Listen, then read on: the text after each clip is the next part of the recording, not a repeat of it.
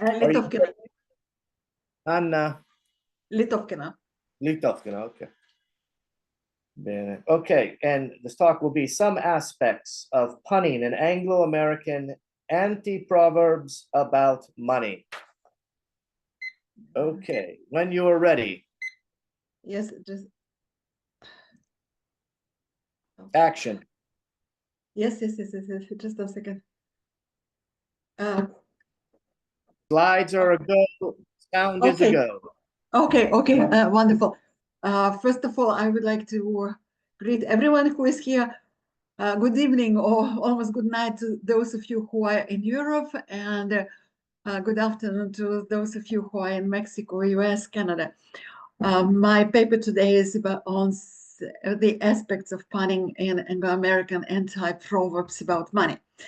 And the outline of my paper is, first of all, in the first part, which is a kind of introductory part, I would like to tell you a couple of words about the background of anti-proverb research and a few words about pun research and terminology. Afterwards, I will bring up ambiguity in puns, the choice of a word for punning in anti-proverbs, and I will also talk about the so-called good and bad puns. And in the second part of my presentation, I would like to talk about punning in anti-proverbs about money. First of all, I will give you the list of proverbs containing the word money and the number of their transformations, and I will discuss various types of punning in anti-proverbs about money, also favorite words of punsters, and ambivalence in puns. So, and anti-Sprichwort or anti-proverb or deliberate proverb innovations, alterations, transformations, variations, wisecracks are the term what anti-proverb or anti-Sprichwort was created by Wolfgang Mieder, the scholar who is the most prolific scholar in the field of paremiology, or paremiology is the study of proverbs. For example, some anti-proverbs might reveal social commands, and you can see here such examples. For example, American money talks in just about every foreign country. Some of them might be only wordplay or puns, like a fool and his monkey are soon parted. As you can see that instead of the word money, monkey is used. Wolfgang Mieder has published a number of books in German language, and in 1999, I published the first collection of anti-proverbs in English language together with him. It was during my stay at University of California at Berkeley. And a few years later, we published another collection. And we have also published a number of other books on anti-proverbs. So just for you to let you know, what are the most popular proverbs, Anglo-American proverbs for variation? For example, old soldiers never die, they simply fade away, or if at first you don't succeed, try again. When we published our books, we could, you can see here the numbers of transformations we could find for them, and our collections contained only printed out sources. Some anti-proverbs might have international distribution. For example, to err is human, to totally muck things up needs a computer. And together with my co-authors, one of my co-authors is here, Katalin Varga. I'm very happy to greet you. So, for example, we have found anti-proverbs in different languages, including Hungarian, German, French, and also Russian. Or, for example, another anti-proverb with international distribution is don't do today what you can put off until tomorrow, or never do today what can be done tomorrow. And for example, just two visual images for you. You can see here an English version and also a version in Russian if you understand Russian. Or, for example, the last example of an anti-proverb with international distribution. This is in a form of Wellerism. Everyone makes mistakes, said the hedgehog after trying to mount the hairbrush again. At least 5 languages have the same example, and just have a look at visual images in Russian and basically the same visual image in English language as well. Some anti-proverbs might become proverbial themselves. And for example, you can find some of them these days even in proverb collections. So not in anti-proverb collections, but in proverb collections, like a new broom sweeps clean, but the old one knows the corners, or absence makes the heart grow fonder for someone else. And a few words should be mentioned here about incongruity.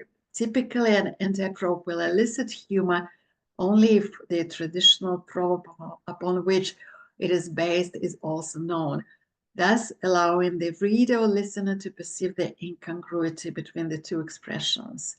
And now, since this is the conference, the humor conference, when all of us are familiar with this term, incongruity has typically been defined as a violation of expectancies, because what do we expect from proverb? It should contain a sane piece of advice, and instead of this, we might have something absolutely different. What are the main mechanisms of proverb variation? For example, replacing of a single word, or substituting of 2 or more words, changing the second part of the proverb, or sometimes changing the first part of the proverb. It's not very frequent. Adding new words, omission of words, repeating words, melding 2 proverbs. Sometimes you can meld even more proverbs, sometimes even 3 or 4. Word order reversal, reversal of sound, and of course, punning. And this is the topic of my presentation today. I'm very happy that this conference is organized by Salvatore Tardo and his colleague. And I could quote here, for example, from the Encyclopedia of Humor. So what a pun is, and of course I could give many other definitions of the word pun. If we read in one of the books by Salvatore, when he talks about various types of puns, we could talk about paronyms, homonyms, homographs, homophones. I will not go into this now. But for example, we could also talk about the so-called perfect, identical in sound, and imperfect puns, non-identical. For example, according to Hockett's definition, homonyms and homophones could be called perfect puns, and paronyms and homographs imperfect puns. We could also go or read Victor Raskin's quote on puns. Let me skip. Now, I have published 2 books with Wolfgang Mieder, these 2 collections, and the last anti-proverb collection contains about 6,000 examples of Anglo-American anti-proverbs. And for example, what I can see that among those examples, paronyms prevail. Second come homonyms spelled and pronounced the same. Homophones are represented by only rare cases, and I haven't been able to locate homographs in my examples. What are the other types of puns? For example, double puns, triple puns, story puns, repetitive puns. One word might be split into 2. The words are merged in 1. There might be some puns on personal names and bilingual puns. What are the favorite words for punning in the collections which we have published? And you can see some of the examples. Many of them actually have, many of the words have double meaning, or we can talk about double entendre, or we can talk about euphemism, sexuality here. but I will not go into this now. For example, one of the examples of very, very popular word for punning is the word will. If we consult any dictionaries, we will see how many meanings this word might have. And of course, it's not surprising to see that this is also used by the authors of anti-proverbs. Where there is a will, there is a lawsuit. You see that this is a very different will than the will in the proverb. Where there is a will, there is a way. We could also talk about the so-called ambiguity. In Ruskin's famous book, he says if the trick is there, but the scripts and the oppositeness relation are not, the pun remains an artificial, low-quality product. And according to my research, very, very few puns in anti-proverbs actually contain this script. So very frequently you can find only one meaning in her anti-proverb of a word, be it a paronym or homonym or homograph or homophone. So, for example, truth lies at the bottom of a well. So here the word well might have two different meanings. If we have a look at the example, all is fair when you have had the roots touched up by the hairdresser. Yeah, I would say that the meaning of the word fair is very different from the meaning of the word all is fair in love and war. So, but or gentlemen prefer blondes because blondes are always fair to them. So here, this is the question: what kind of meaning the word fair might have? So, and here we can talk about ambiguity. And now, let me talk about punning in Anglo-American proverb alterations about money. Why did I choose this topic? First of all, a couple of years ago, I published a book about marriage in Anglo-American anti-proverbs. So I have some chapters, for example, a book about women in Anglo-American anti-proverbs. And as I could see that there are numerous examples of very, very frequently transformed proverbs are about money. And in many of them, the word money is also used. Let us have a look at the proverbs from my collections. They're published together with Wolfgang Mieder. The proverbs which you can see here, they contain the word money, and the numbers in parentheses indicate the number of anti-proverbs which we were able to locate. And you can also see the numbers, the number of pages where you can find them in our second collection of anti-proverbs. So among the anti-proverbs about money, we can also see that the vast majority of them are paronymistic puns. So what puns which involve the two similar but not identical strings of sounds and graphemes, or according to Hockett, they might be also called imperfect puns. For example, matrimony is the root of all evil, or and his money are soon parting. Homonymous puns are also quite frequent, and they are very frequently used in valorisms. For example, time is money. We can, as the man said when he stole the patent leather watch, you can see that the word time has two different meanings, and these two different meanings are referred to. Or money is the root of all evil, but it doesn't make it any easier to dig it up. Again, the word root has two different meanings. We can also talk about puns employing homophones, not too many, but we still have some of them. We could also discuss the so-called double puns. If we talk about double puns, it means that in a turns or in an anti-proverb, for example, there are two words with pun, and most frequently these punning words are paronyms. As an example, for example, a fool and his mummy are soon parted. We can also find some triple puns, which is very, very rare in our material. There is a book published by Farman, which has very, very short stories, maybe half a page story, maybe even just a paragraph. And at the end of each story, you can find an example of anti-proverb. And all of them have been, well, basically almost all of them have been created by the Okay, we're at 5 minutes now. Apologies for thank you. interrupting. Thank you, Anthony. Thank you. Thank you.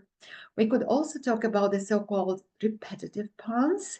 Repetitive puns, it means that, for example, one word might be repeated most frequently twice, as in the example below. And now about the choice of a word for punning.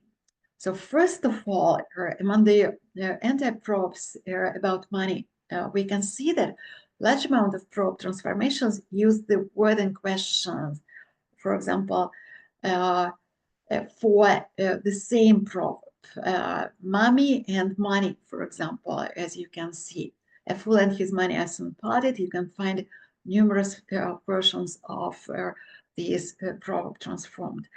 Or, for example, if we talk about the proverb, money is the root of all evil, very frequently you can find when evil is, for example, exchanged for idol, or money for matrimony, or money makes the mayor go instead of mayor, or you might find the word nightmare, or the word root and root, or mayor and mayor. Or, for example, there are some cases, and this is also very interesting, when we have one pair of words, for example, as the words monkey and money, paronyms, and we can have a lot of proverbs which play on these words, so different proverbs. For example, a fool and his monkey are soon parted. Money doesn't grow on trees, and it's a good thing it doesn't. It would make monkeys out of a lot of people, or monkey is the root of all people. And in fact, the last example also plays on the pun of the word root as well. Of course, we could also talk about the so-called good and bad puns. I would say that numerous examples of anti-proverbs, and especially anti-proverbs about money, I would rather call them bad puns, concerning, if we refer to human researchers, very frequently they play just on one particular meaning and not on two meanings. And of course, it depends on each of us how humorous we consider this or that particular anti-proverbs. When I was doing my Fulbright research, Salvatore helped me with distributing some questionnaires. When I asked my respondents, including many American respondents, American students, so how funny they found certain examples. And so there were a lot of very interesting things which could be discovered. For example, if we think about the following two transformations of the proverb, money doesn't grow on trees. If money doesn't grow on trees, how come the banks have so many branches? For example, in this case, just like if we think about branches, both trees have branches, and both the bank have branches. So in this case, maybe a lot of scholars would say that this is quite a good pun. Or a waitress, a girl who thinks money grows on trays. So here we have just like, which is funny for you. If I ask you, and if I ask women might give very different answers than men. If I ask people who are above the age of, for example, 45 or 50, I will get also very different answers, as my research at the end of 90s has shown. And we have That's a bit. So yeah, we're gonna need to conclude. Thank you. yes. Okay, so now we have examined here. I have discussed very briefly the backgrounds of anti-proverb and pun research, and also terminology. I have brought up ambiguity in puns, and I have also given examples of some very popular probes for probe transformations. Also, I have touched upon the choice of a word for punning, and I have also mentioned what it means when our scholars, human researchers talk about the so-called good and bad puns. And in the second part of my presentation, I talked about proverbs containing the word money and transformed. And I also brought the list with the numbers of their transformations. And I have discussed various types of punning in Anglo-American anti-proverbs about money.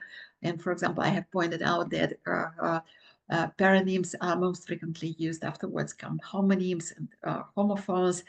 I also brought up some favorite words of punsters in our materials, such as, for example, monkey instead of money, or idol instead of evil. And I have also brought up the so-called ambivalence in puns and good and bad puns. And thank you very much for attention. Thank you, Anna. How your thinking has evolved on puns in the current time, especially with taking into consideration digital humor, for example, and the reuse of these, joke cycles, et cetera, et cetera. Thank you for your question. When I was at Berkeley, I was able to publish a book, the first anti-probe collection in English. Since that time, we have published together with Wolfgang Mieder one more anti-probe collection, and also 3 other books. And I have published quite a number of papers on puns. And right now, what I'm doing, because in summer I'm going to take part in the humor conference, a very good friend of mine and of many of you is organizing in Krakow, Vladimir Klapitsky, and together with a former PhD student of ours who deals with technology, we are going to analyze, we are going to give, I mean, it's not we are going to give, we have already given the questionnaire, which I distributed 25 years ago in California and in many other states in US while I was there, and now to 4 types of artificial intelligence. And many of those examples contain puns. And this is the time how to evaluate it. I have, together with Katalin Varga, who is also here, and Wolfgang Mieder, and 2 other co-authors of ours, Peter Barta and Kristalina Hristova, we published a book about anti-proverbs in 5 languages, including English, Hungarian, French, Russian, and German. And there is a chapter which is about punning in those languages. So it is really exciting. I remember when I met Salvatore in California, or in Lafayette at the time when you were still located there. So Salvatore told me that you should count everything, you should give numbers, you should give tables. It hasn't been done yet because it is so hard, because when you have thousands of examples, and when you can talk about this particularly anti-proverb as a pun on this and this and that, so it I haven't done this statistical, but hopefully maybe one day I will do. Anna, that's what graduate students are for. Yes.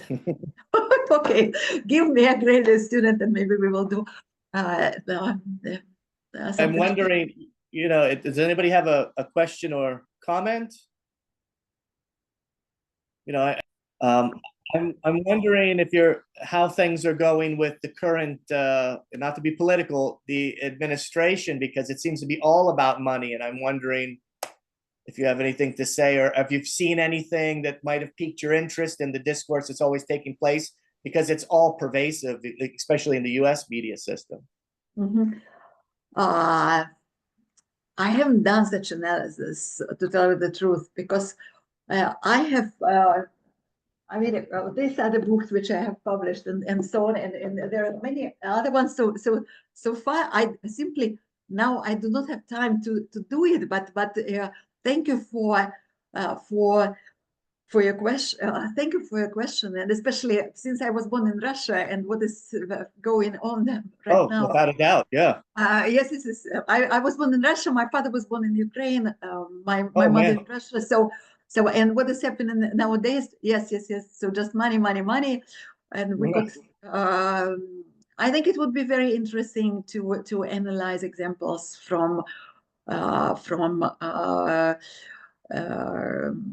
nowadays digital world. What I did together with Katalin Varga and also with 3 other co-authors of ours, it was maybe about 5 years ago, we decided to explore how, for example, a proverb, he who digs for others, a pit for others will fall into it himself, how it is used digitally and visually. And it was very interesting to see that, for example, this biblical proverb is absolutely not popular in US or UK.